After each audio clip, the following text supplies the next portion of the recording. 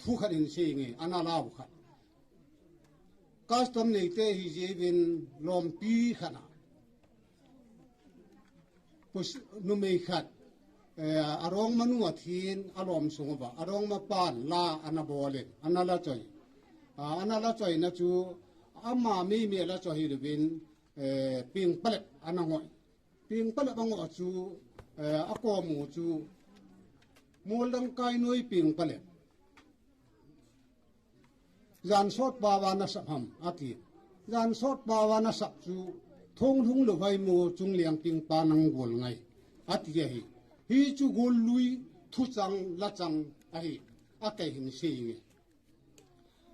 Moldang kai noi Pengpalep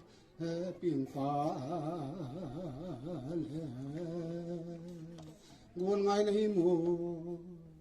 gol ngai nahi mo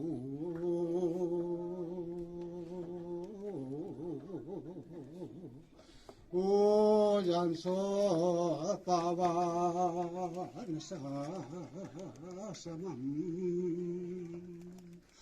arong manu aring tenan bole jan so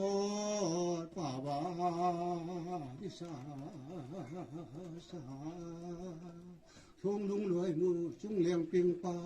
nang gul ngai anati ne hi chu inam law ke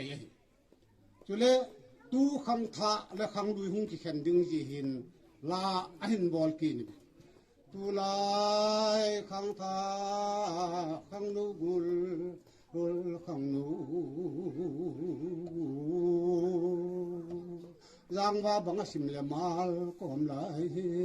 anati ve khang tha ho hi ta hi i thim na wi chi na wan nu hung khan to wa i jale na wa ki pun khom na custom le dan la mu ho in na